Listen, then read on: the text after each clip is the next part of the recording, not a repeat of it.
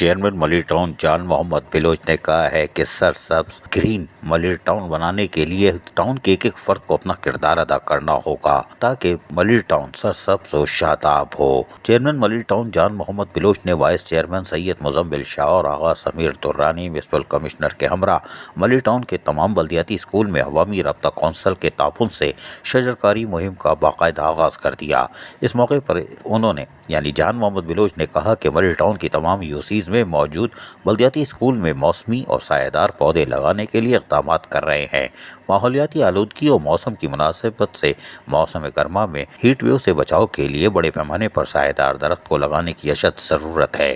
بالخصوص طلباء و طالبات کو پرفضا اور صحت مندانہ ماحول کی فراہمی شجرکاری کے ذریعے ہی ممکن ہو سکتی ہے۔ سرسبز و شاداب ماحول انسانی آنکھوں کے لیے سود مند جبکہ صحت کا بھی ضامن ہوتا ہے۔ انہوں نے زہرہ بی بی پرائمری اور سیکنڈری اسکول کھوکھرا پار نمبر 5 میں پودا لگا کر شجرکاری مہم کا آغاز کرتے ہوئے ان خیالات کا کھل کر اظہار کیا۔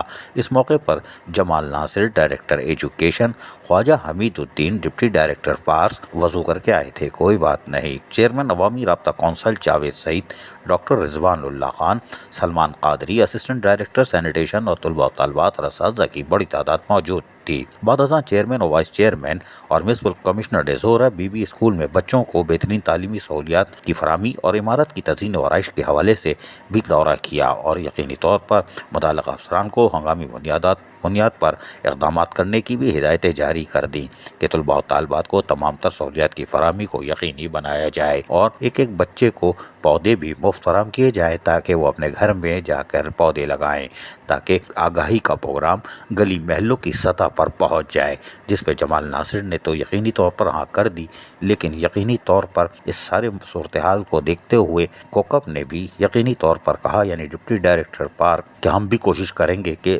مفت پودوں کی تقسیم کو یقینی بنایا جائے۔ عزیز عارف، KBS بلدیاتی نیوز کراچی۔ ایسی خوبصورت ویڈیوز فیوچر میں حاصل کرنے کے لیے ریڈ بٹن پر کلک کر کے اور بیل آئیکن کو پریس کر کے ہم سب کے سبسکرائبر بننا مت بھولیے۔